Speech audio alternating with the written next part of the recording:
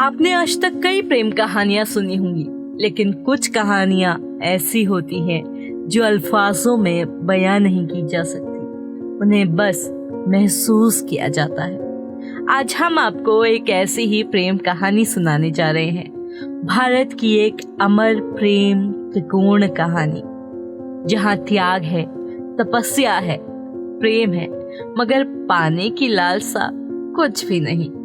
तड़प, कसक, जुनून, दीवानगी है और आधुनिक मीरा है, कैफ है, उसकी लैला है, प्रेम की साधना है और आखिरी सांस तक इंतजार है, प्यार है, इस एतबार के साथ कि अगले जन्म हम फिर मिलेंगे। ये कहानी शब्दों की सीमाओं से परे है। ये कहानी है अमृता और इमरोज की। लिव इन के जिन रिश्तों को आज हम आम होता देख रहे हैं, अमृता प्रीतम ने इसकी नींव सन 1966 में ही रख दी थी, जब उन्होंने समाज की परवाह किए बिना अपनी जिंदगी के फैसले लिए। उस दौर में उनके इस कदम पर सवाल कई उठे, लेकिन अमृता ने कभी इन बातों को अपने ऊपर हावी नहीं होने दिया। रीति रिवाज से एक शादी, फिर अलगाव, एक शायर से एक तरफा प्यार और बिना शादी एक शख्स के साथ जीवन गुजारना। इतने उतार चढ़ाव शायद कम ही लोगों की जिंदगी में आते हों, लेकिन अमृता प्रीतम इन्हीं उतार चढ़ाव भरी जिंदगी जीने वाली शख्सियत थी।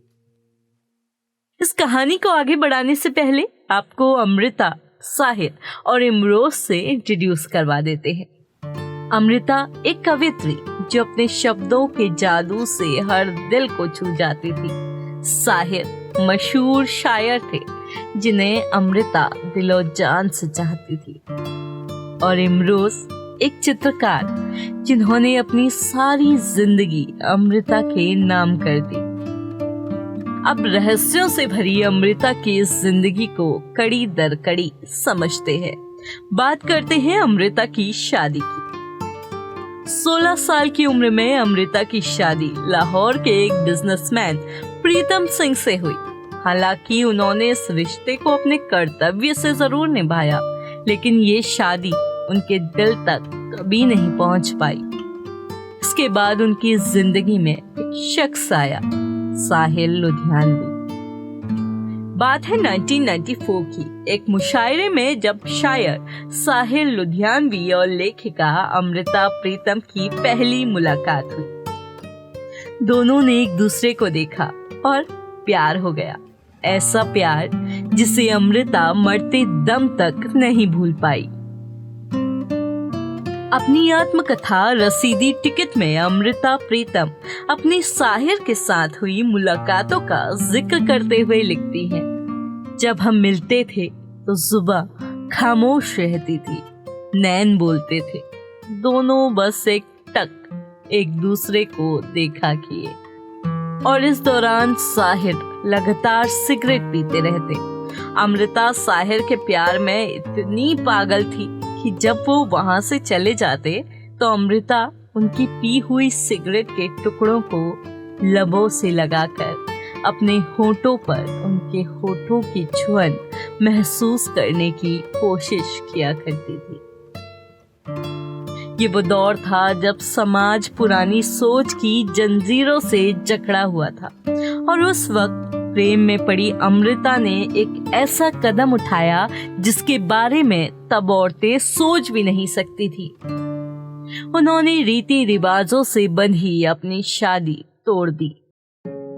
दिल्ली की गलियों में एक किराए के घर में अमृता ने अपनी जिंदगी के नए अध्याय की शुरुआत की। इसी बीच उनकी मुलाकात हुई इमरोज से। अमृता और इमरोज के बीच एक ऐसा रिश्ता बना जो शायद अमर होने की ओर बढ़ने लगा था। अमृता और इमरोज का मिलने जुलने का सिलसिला शुरू हो गया। ये मुलाकातें धीरे धीरे दोस्ती में बदल गई। फिर ये दोस्ती एक ऐसी अनकही डोर बन गई जो दोनों को एक ही छत के नीचे ले आई। हालांकि उनका रिश्ता उस वक्त समाज के पारंपरिक बंधनों से अलग था, पर अमृता तो बनी ही इन बेड़ियों को तोड़ने के लिए थी। अमृता ने इमरोज के साथ अपनी जिंदगी के आखिरी 40 साल बिताए।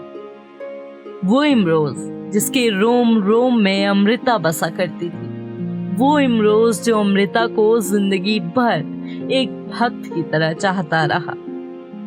इमरोज के साथ आने के बावजूद अमृता के दिल की धड़कन थमने तक साहिर के लिए धड़कती रही।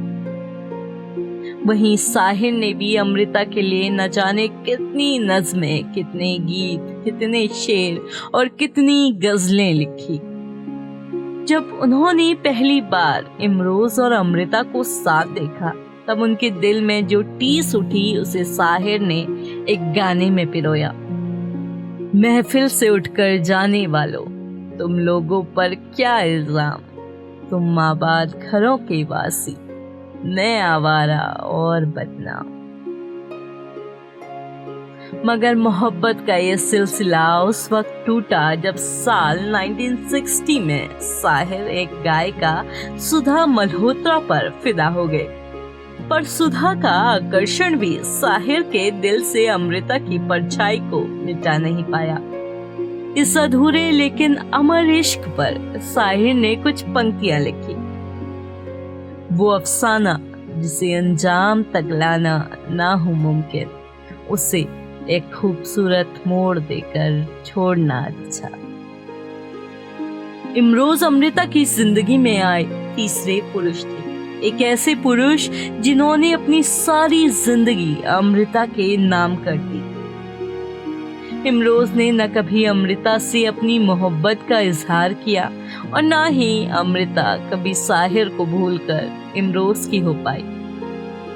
इमरोज जब भी अमृता को स्कूटर पर ले जाते तो अमृता अक्सर उंगलियों से उनकी पीठ पर कुछ लिखा करती थी और वो नाम होता साहिर। इमरोज भी उम्र भर अपनी प्रेमिका के प्रेमी का नाम पीठ पर लिए फिरते रहे। वो कहा करते, मैं भी अमृता का और मेरी पीठ भी अमृता की। इमरोज को इन बातों का कहाँ फर्क पड़ने वाला था। उनके लिए तो अमृता एक देवी थी और वो उनके एक छोटे से भक्त। अमृता कई बार इमरोज से कहा करती, अजनबी तुम मुझे जिंदगी की शाम में क्यों मिले, मिलना था तो दोपहर में मिलते। इमरोज और अमृता एक ही घर में अलग अलग कमरों में रहा करते। कभी किसी इंटरव्यू में इमरोज से इस बारे में पूछा जाता तो वो कहते, हमें एक दूसरे की खुशबू तो आती है, इमरोज के लिए यही काफी था। इमरोज अमृता के लिए इतने समर्पित थे कि जब वो रात को जगकर लिखा करती तो इमरोज ने भी रात को जगना शुरू कर दिया ताकि वो अमृता को चाय बनाकर दे सके। और ये सिलसिला 40-50 सालों तक चला। अमृता जहां भी जाती, इमरोज एक साए की तरह उनके साथ होते।